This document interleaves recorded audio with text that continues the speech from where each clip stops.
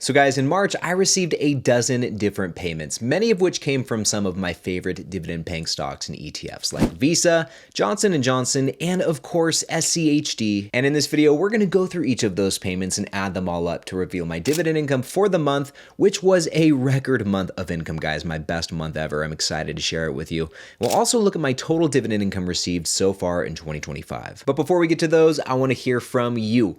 Leave me a comment below and let me know what were some of your highest dividend payments this month and which stocks did they come from. I'd be curious to hear if we have any of the same ones. Anyway, guys, getting into it, the first dividend payment I received this month came from none other than Visa, who paid me $14.01, which was a great way to kick off the month of March. And if we look at Visa's share price performance over here on Snapstock, we can see it was a little drop in the last 30 days, down about 2.4%. But if we zoom out looking at the year-to-date performance, Visa has been on fire. So far in 2025, the stock is up 11.3%. And with that, taking a quick look at my Visa position over here on my dividend portfolio tracking spreadsheet, which you can start using for free. There is a link to download this spreadsheet in the description of the video. But anyway, here we can see I have almost 24 shares of Visa, and so badly do I wish I had more. I wish I had like 35 or 40 shares, even 100. I just love this company so much. But the shares I do have, the average cost is looking pretty good, $269.36, and we can see the current share price is quite a bit above that. It's getting to the point where the current share price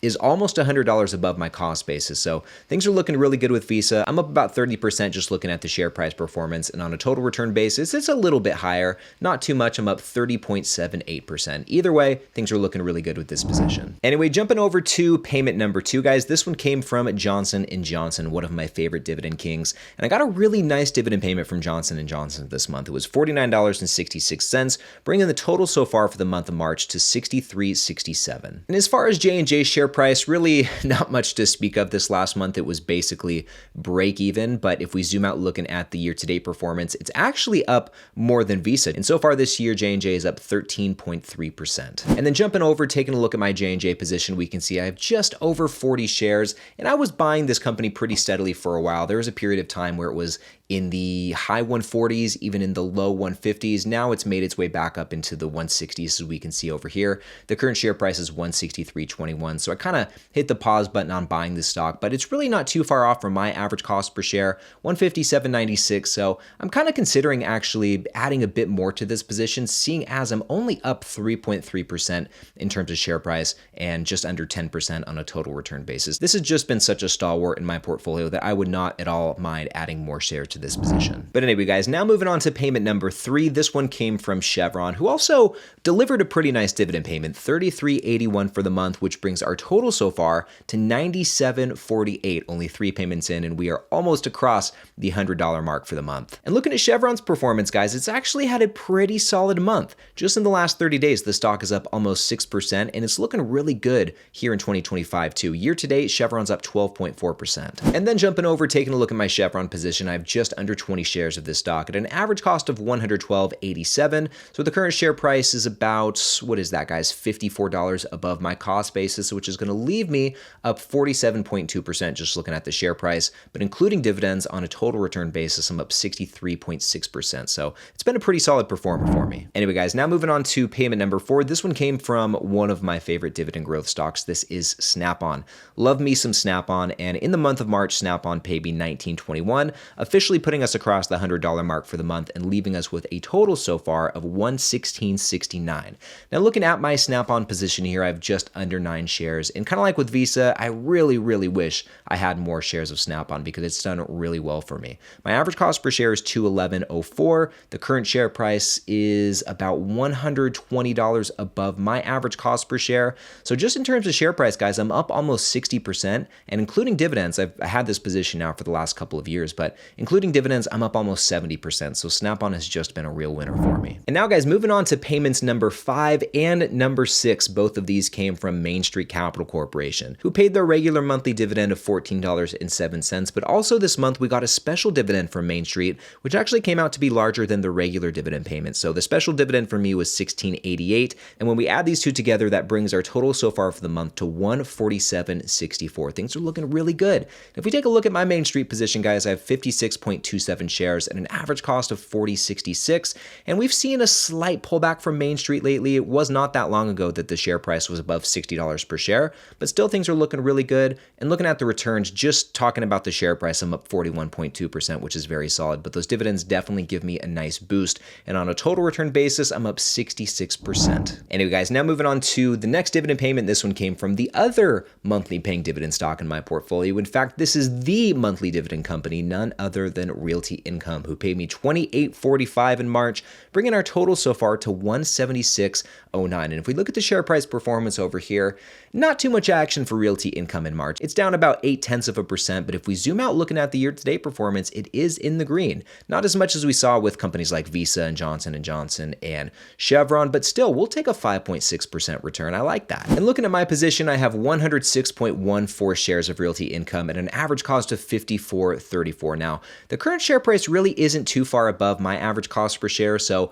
I'm kind of chewing on the idea of adding a bit more to this position. We can see I'm up just 3.6% looking at the share price. Really similar situation to what's going on with Johnson & Johnson for me, so I'm kind of considering adding a bit more to both of these positions actually. But anyway, on a total return basis, including dividends, I'm up 16% with Realty Income. And now, guys, jumping over to dividend payment number 7, this one came from the other business development company in my portfolio, which is Blue Owl Capital Corporation. And like Main Street, Blue Owl also paid a special dividend this month. I received $5.82 from them, which brings my total so far for the month to $181.91. And if we take a look at my position over here, I have 116.4 shares of Blue Owl at an average cost of $13.49. So right now the current share price is about $1.80 above that, which is going to leave me up 13.3% just talking about the share price. But with this position in particular, the dividends give a really nice boost. And on a total return basis, I'm up almost 50%. And if we scroll over looking at the dividend yield, it's really no surprise that the dividends are adding that much more to the total return, because this is one of the highest.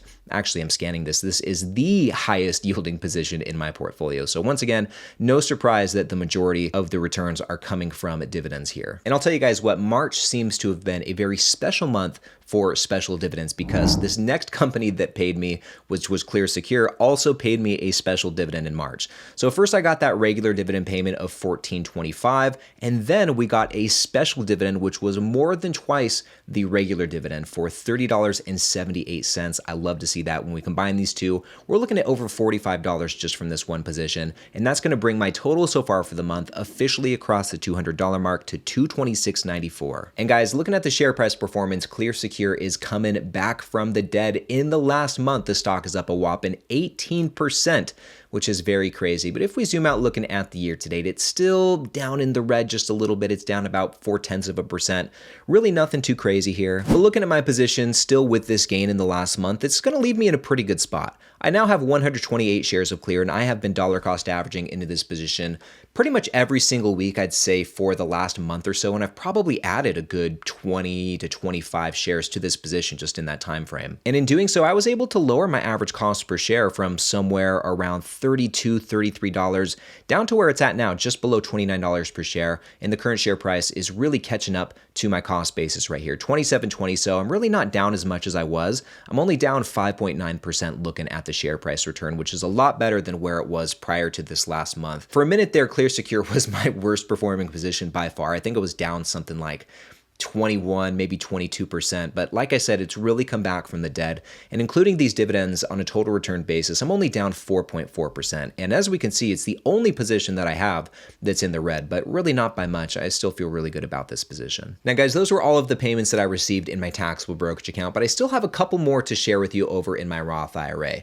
And I haven't received these payments yet. At the time I'm recording this, they have not come in, but they should be coming in the next couple of days, and we'll take a look at them anyway. The first one, of course, is going to be SCHD, the holy grail of dividend ETFs, who paid me what I think is my highest dividend payment of all time, $88.45, which is crazy, guys. We're really not too far off from reaching a triple-digit dividend payment. It'll happen probably sometime this year, but anyway, this officially brings me across the $300 mark in dividends for the month for only the second time. And actually, guys, with this payment, this is a new record, $315.39. And like I said, I haven't officially received this dividend payment yet. I'll be receiving it on March 31st, as we can see here, and SCHD will be paying about 25 cents per share, which is going to bring us to that 88.45 that I mentioned a moment ago. And if we take a quick look at my position, we can see that right now I have 355.5 shares of SCHD at an average cost of $25.86. So I'm up just a little bit looking at the share price return, about 7.25%.